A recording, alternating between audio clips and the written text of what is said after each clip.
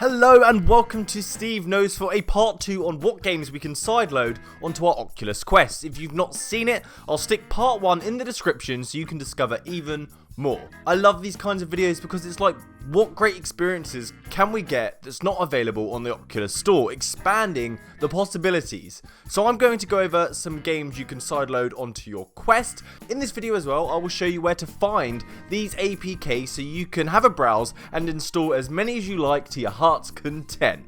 Before I start, please support the channel and subscribe because something may pop up that you're interested in. So starting with the games, Deism. This game got rejected by the Oculus Store, so we have it available to sideload. Thank you, devs. This game was available in 2016 on PCVR, but it had recently tried making its way over to the Quest, but it got rejected.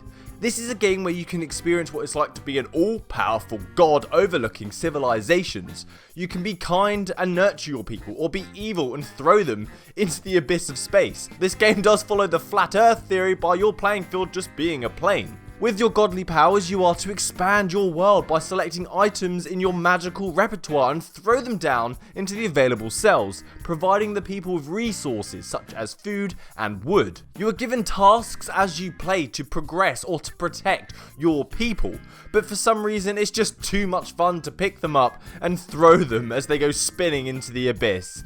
Luckily, it's not real. This game differs from many VR games. It takes the godlike view, although it is a first-person game, so it combines the best of both worlds. I'm a fan of God View VR games. It's like you get to witness living things existing, like Astrobot and PSVR is epic. This is a great game for you if you're fans of games such as Sims or Tycoon games, as it's not action-packed or fast-paced, it's oddly therapeutic as you guide and provide for your people. You have a mana gauge which, when exhausted, prevents you from performing miracles, and certain miracles have a cost associated to them, so manage this wisely. The lands you can create are forests, grass, water, pine forests, ice, mountains, deserts, oases, volcanoes, swamps. All of these provide different challenges and benefits to the people. You can also control the elements once they're unlocked, lightning, rain, and fire, which causes havoc. This is an interesting game that I did enjoy. It was a nice break from the action-packed games that are so prevalent in VR at the moment. Next is Dawg Corp VR. This was a special, unique little game where you need space to play because it's a room scale game. It's a game that was created specifically for the Quest and its wireless freedom. This game is advertised as real world locomotion, which made me laugh because it's true. You literally have to walk around the existing space.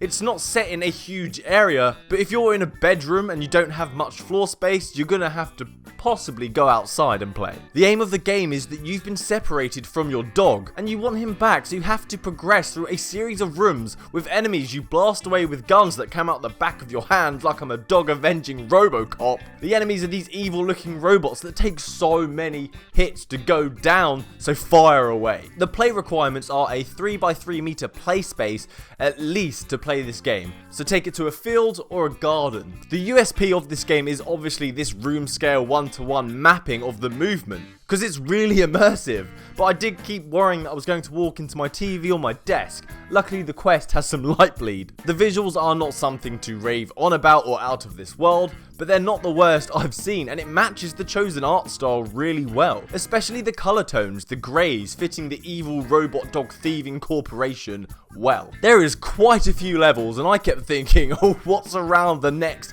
corner? I want my dog.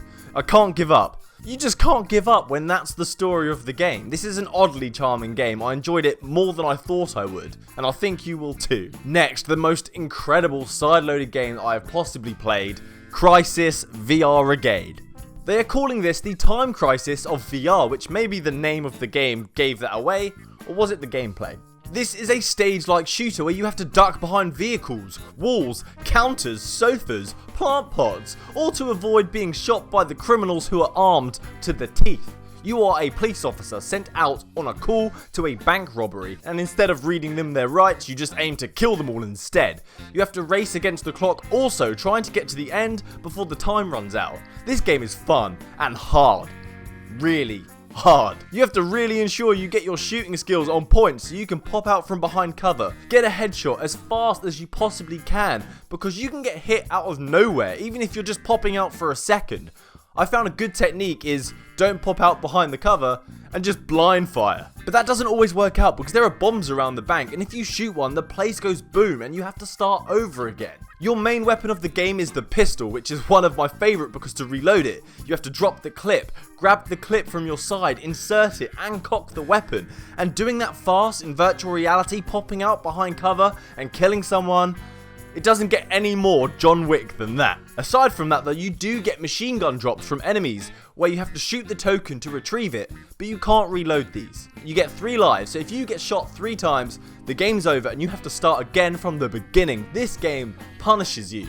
It's a great meta meaning for life. I love the art style of this one as well. I think it looks great, ensuring the quest can handle the graphical demand. It does it superbly. I can't recall experiencing any frame issues at all or glitches playing this thing. This could be because the game's already had some time out in the field on PCVR and PlayStation VR just under a year ago. But because of this, we get the new update, which means we get another level, Poor Ambush, if you actually manage to get past the first mission. My tip is get your squat game on. Duck down and pop out of cover as fast as you need to and as often as you need to. It's going to help. An amazingly fun game, one of the most highest quality side-loaded games yet. And if you want to play this one, the APK is actually available on the Crysis VR Vrigade website. So now I'll show you where to find APKs for you to sideload onto your Oculus Quest. This is a community-run site where you can donate and support the creators if you so wish, called itch.io. So visit the website itch.io, select free games, select Android as the running operating system because that is what the Quest is running on, then search for the tag virtual reality. This will give you a big list of virtual reality games for you to look through and find something you like. There are some gems in this website. I find that a lot of games on this site have applied to be on the Oculus Quest Store, but they're not yet confirmed or they've been denied. So they like to reside here on this website to gain exposure for you guys to enjoy. So play to your heart's content until you drop or the Quest battery dies. Whatever happens first. I hope you enjoyed the video, some handy information for us gamers to enjoy some free content. Please subscribe if this was useful, it means a lot to me. Thank you. So happy gaming guys, and good day.